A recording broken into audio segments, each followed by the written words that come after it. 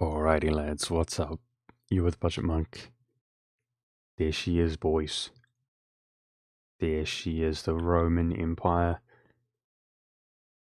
We finally integrated Spain, receiving all of the colonial nations. Unfortunately, we do have to abandon them and annex them, but look at that beautiful nation. 1633, very hard difficulty, not too bad. A lot of administrating to do here, really a lot.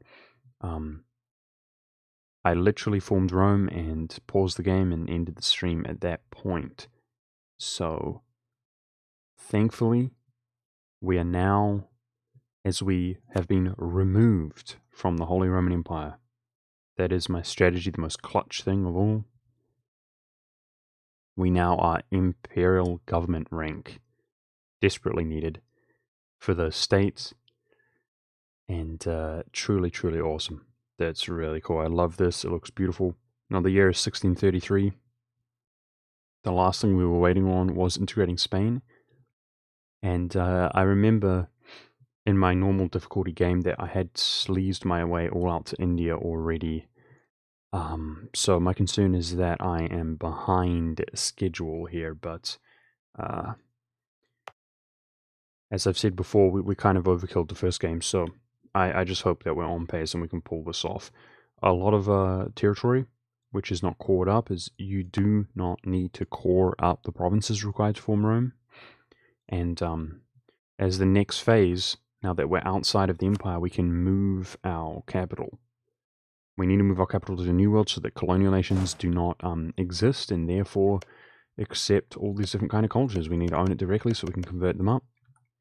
And in order to move my capital to the New World, we need 50% of our development in the New World. So the next phase is to release and hand off provinces to the empire, and it's going to be the vast majority of land here handed off, including the uncored territory. No problem, they can core it up for us here. So yeah, it's pretty awesome. My stream yesterday was, in terms of numbers, guys, the best stream I've ever done in my life. I got we broke 700 views, and I'm so over the moon, man. Really beginning to feel like I'm living the dream, lads. So, as usual, I know that these videos have something to do with it, and I will be streaming for hours upon posting this video, so make sure to come say hi if you can. But there she is. I'm absolutely thrilled. Now, let me show you guys a little cheeky insider treat. I've been looking around because the next thing we want to do, guys, is add territory to the empire. Nothing that we own directly is inside of the empire.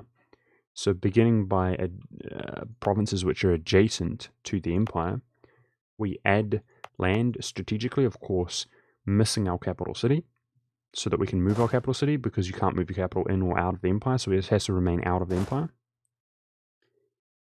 And we're going to add nations' capitals to the empire, nations in which we're going to release.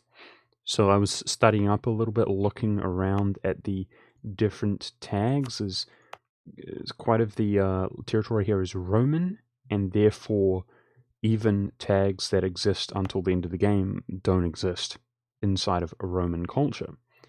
And looky what I found here. Obviously, Venice had some unrest here. That's PogChamp, boys. I'm going to be able to release the Eastern Roman Empire if I can find them. There she is, with one province.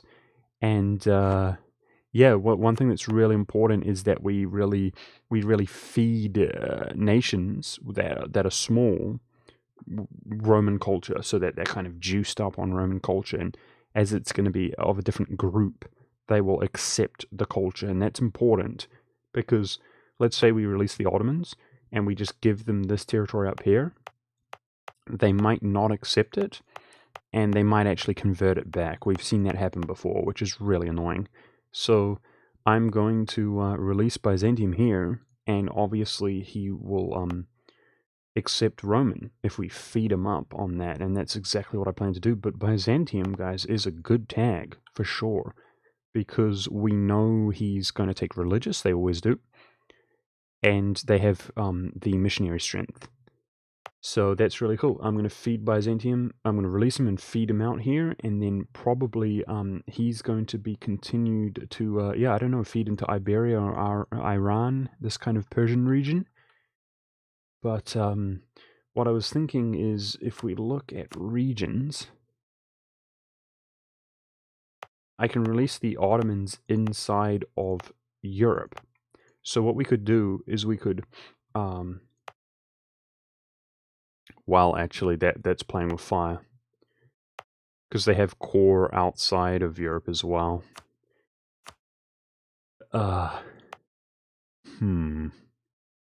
Yeah, their capital could be outside of Europe, aka a non-province inside of the Holy Roman Empire. So we have to really fiddle around with this one and be careful. Maybe there won't be an Ottomans at all.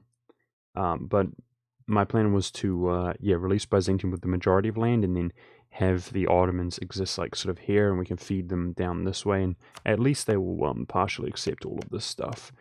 But the Ottomans are not a very good tag for what I have planned, because he takes humanist ideas and won't convert the provinces really at all. But either way, I thought I'd show you that one little sneaky insider. We're going to have Byzantium out here. But yeah, I mean, this is it, guys. I should take a bunch of screenshots and stuff because this is as pretty as we ever really are going to look, guys. I have paused the game, and the next phase is to hand off the absolute vast majority of Europe and move out to the New World. Now, speaking of the New World, I did have a little bit of an oversight out here, guys, and I'm kind of embarrassed. It was quite dumb of me.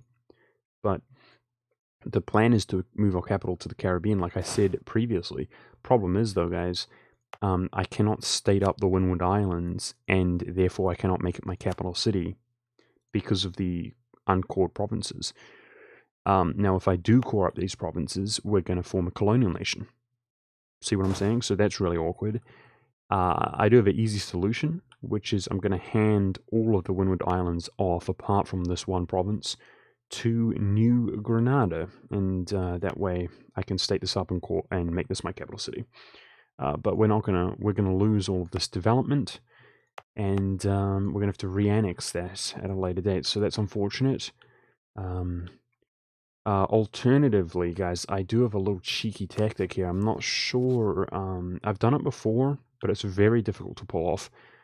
We may unpause the game before we move our capital, because what you can do is, obviously we have inherited all of the Spanish claims on the absolute vast majority of the New World as we integrated them, and the Papal State is friendly with us.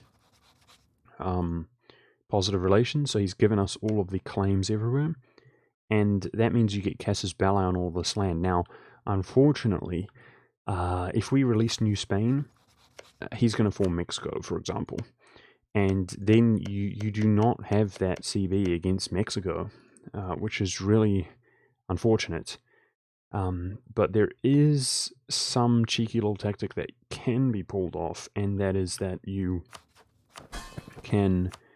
I'm not sure this is going to work, but we're going to try. You can release Florida, and you don't have a truce with them immediately. However, neither do you have the casus belli.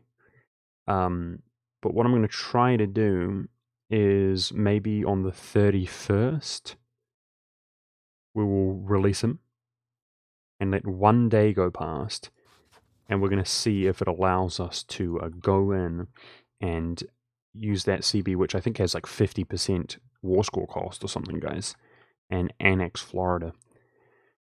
Sort of sleazing on in there before the truce actually updates and realizes we have a truce with them. You can actually do that. You can do it guaranteed with a no CB, but it's about getting that that CB and going in at the same time. I've done it before, but I just don't know the kind of ins and outs of doing that. Either way, I don't think that like America will form or Canada, but I'm not sure because I think it's culture based. I'm not sure. These guys are going to be independent, and they might all just form their various colonial nations. And yeah, we might really wait. We need Diplotech for imperialism.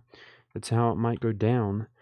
Otherwise, we've got to pick up the pace, guys. Annexing everybody and everything all over the world. We have to basically. It's like a world conquest. Excuse me. It's like a world conquest where you have to be over 50 years ahead of time. That's basically the game here. And, yep, that's basically the game. So it's going to be an absolute grind.